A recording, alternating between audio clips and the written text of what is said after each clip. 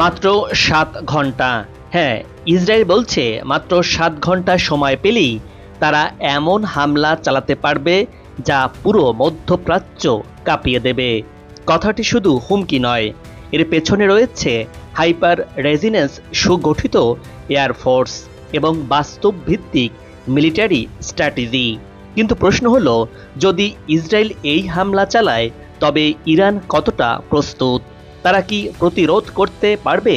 মধ্যপ্রাচ্য কি আরও একটি পূর্ণাঙ্গ যুদ্ধের পথে এগিয়ে চলছে? ইরানের হাতে কি কি অস্ত্র ভাণ্ডার রয়েছে? চলুন দর্শক জেনে নেই। পরমাণু ইস্যুতে ইরানের সঙ্গে যুক্তরাষ্ট্রের উত্তেজনা দিন দিন বাড়ছে। ইরান, ইসরায়েল এবং মার্কিন যুক্তরাষ্ট্রের মধ্যে চলমান উত্তেজনা বেশ ভাবিয়ে তুলেছে বিশ্ববাসীকে। ইরান পারমাণবিক কর্মসূচি নিয়ে কাজ করছে, যা ইসরায়েল এবং আমেরিকা সহ পশ্চিমা বিশ্ব তাদের জন্য হুমকি হিসাবে মনে করছে। আর তা নিয়ে ইরানকে নানা রকমের নিষেধাজ্ঞাও দিচ্ছে মার্কিন মিত্ররা। পরমাণু ইস্যুতে ইরান ও ইসরায়েলের মধ্যে চরম উত্তেজনা বিরাজ করছে।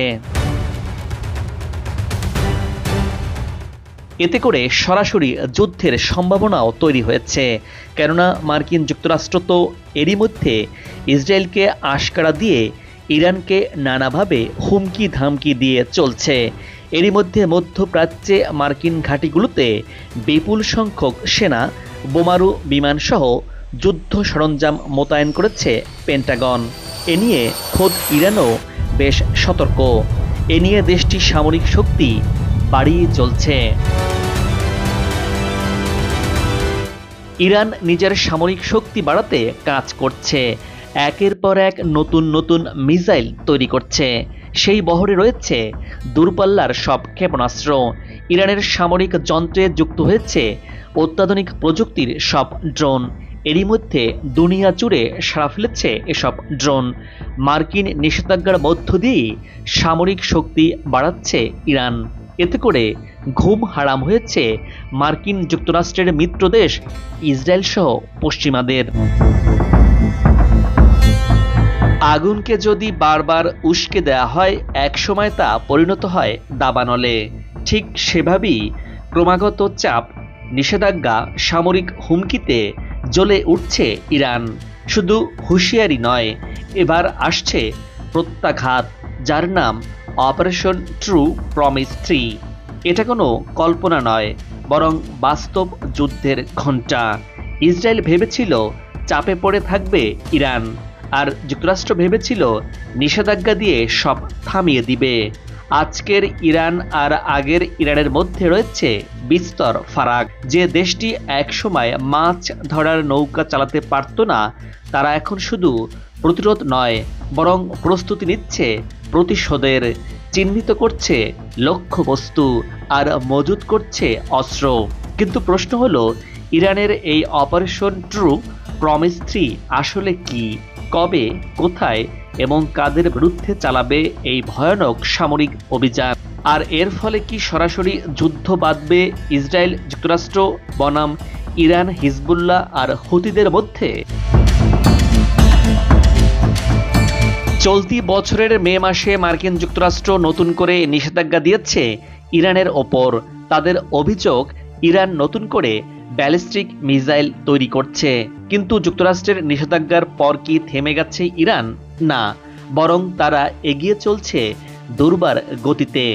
এমনকি সম্প্রতি কাশেম বাসেরি নামে একটা ভয়ঙ্কর ব্যালিস্টিক ক্ষেপণাস্ত্র এনেছে ইরান, যার রেঞ্জ 1200 কিলোমিটার পর্যন্ত। এটা এমন এক অস্ত্র যা একবার ছোড়া হলে থামানো প্রায় অসম্ভব। আর এই মিসাইলকে ধরা যাবে না কোনো এয়ার ডিফেন্স সিস্টেম দিয়েও, কারণ এটি ঘূর্ণায়মান লক্ষ্যবস্তু নিজেই বেছে নেয়। বলা যায় এই ক্ষেপণাস্ত্র একবার যাত্রা শুরু করলে নিশ্চিত ধ্বংস শত্রুপক্ষের। শুধু মিসাইল নয়, ইরান বানিয়েছে পৃথিবীর সবচেয়ে গভীর আন্ডারগ্রাউন্ড মিসাইল বেস। সামরিক বিশেষজ্ঞরা বলছেন, পাহাড়ের নিচেও স্যাটেলাইট থেকে অদৃশ্য এই ঘাঁটি থেকে চালানো হবে অপারেশন ট্রু প্রমিস 3। এটি এমনভাবে বানানো যে বিমান হামলাও এই ঘাঁটি ভাঙতে পারবে না। পশ্চিমা বিশেষজ্ঞরা বলছেন, ইরানের এই ঘাঁটি তৈরির পেছনে উদ্দেশ্য ইসরায়েল ও তার মিত্রদের চিরতরে থামিয়ে দেওয়া। অন্যদিকে ইরানে যে কোনো ধরনের হামলা হলে ইসরায়েলকে ধ্বংসাত্মক জবাব দেওয়া হবে বলে সতর্ক করে দিয়েছে ইরানের Islamic Revolutionary Guard Corps IRGC। 3 দিন আগে ইরানের পারমাণবিক স্থাপনায় হামলা চালানোর বিষয়ে ইসরায়েলি পরিকল্পনা নিয়ে গণমাধ্যমে প্রতিবেদন প্রকাশের পর ইরান থেকে এই কঠোর হুঁশিয়ারি এলো। IRGCর মুখপাত্র জেনারেল আলী মোহাম্মদ নায়েরি ইসরায়েলি সরকারের উদ্দেশ্যে বলেছেন, যদি বিভ্রান্তকর ইহুদিবাদী সরকার বোকামিপূর্ণ কাজ করে এবং আক্রমণ করে, তারা তাদের ক্ষুদ্র ভূগোলের মধ্যেই একটি ধ্বংসাত্মক এবং সিদ্ধান্তমূলক প্রতিক্রিয়া পেয়ে যাবে। ইরানের সামরিক শক্তি অতীতের তুলনায় অনেক বৃদ্ধি পেয়েছে।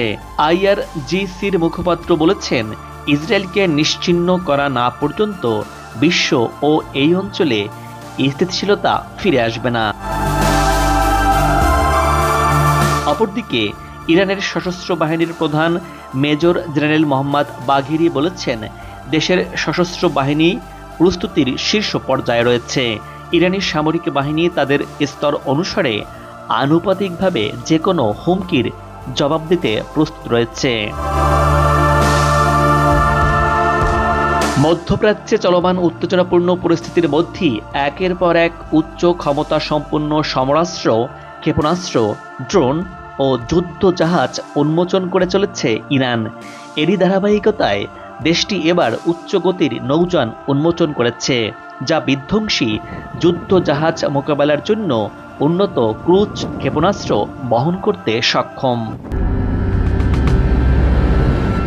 ইরানের স্থল বাহিনীর প্রধান ব্রিগেডিয়ার জেনারেল হেইদারি সম্প্রতি গণমাধ্যমের এক সাক্ষাৎকারে জানিয়েছেন, ইরানের কাছে এমন কিছু অস্ত্র রয়েছে যেগুলো এখন পর্যন্ত প্রকাশ করা হয়নি।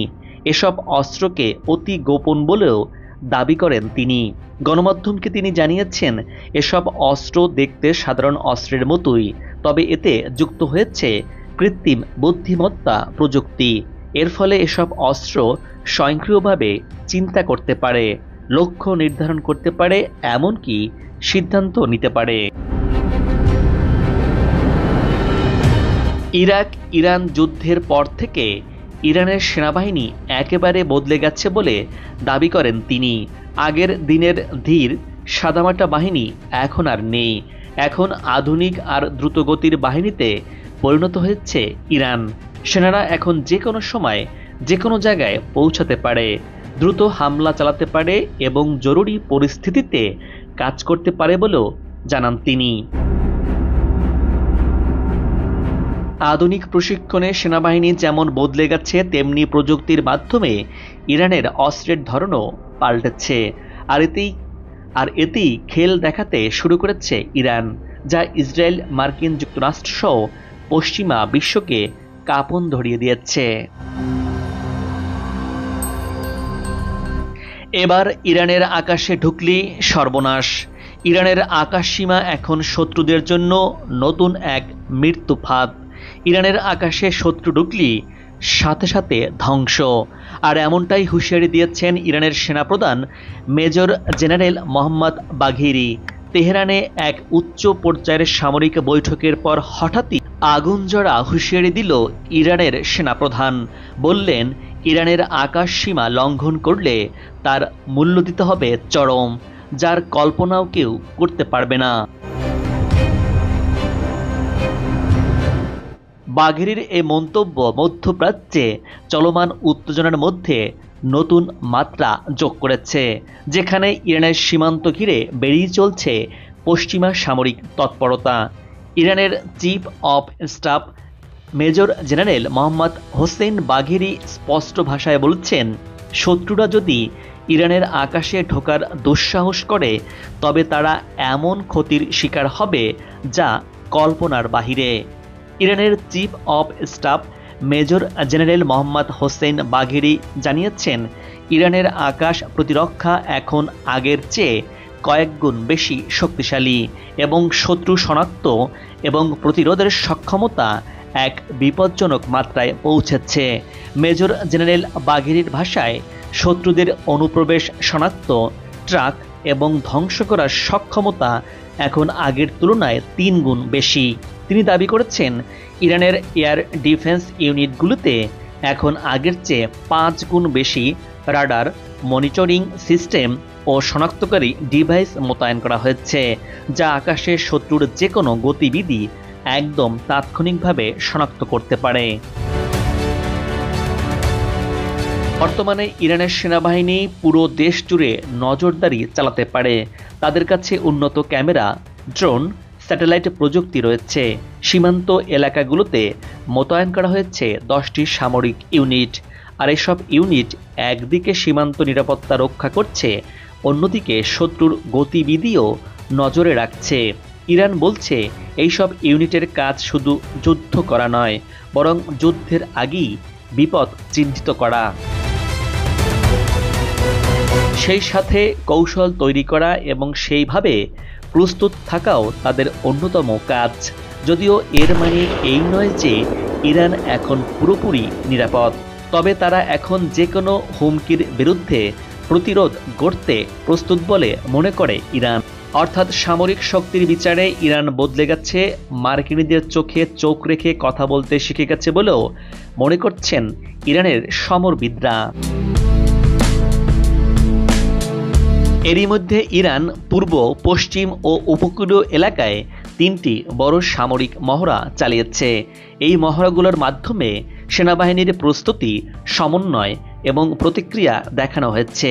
এই মহড়া শুধু দেশীয় জনগণের কাছে বার্তা নয়, বরং বাহিরের শক্তিগুলোর কাছেও বোঝানো হয়েছে ইরান এখন পুরোপুরি প্রস্তুত রয়েছে। ইরানের সমর শক্তি বেড়েছে, যে কোনো শত্রুকে ধুলোয় মিশে দিতে তৈরি হয়েছে ইরানের যোদ্ধারা।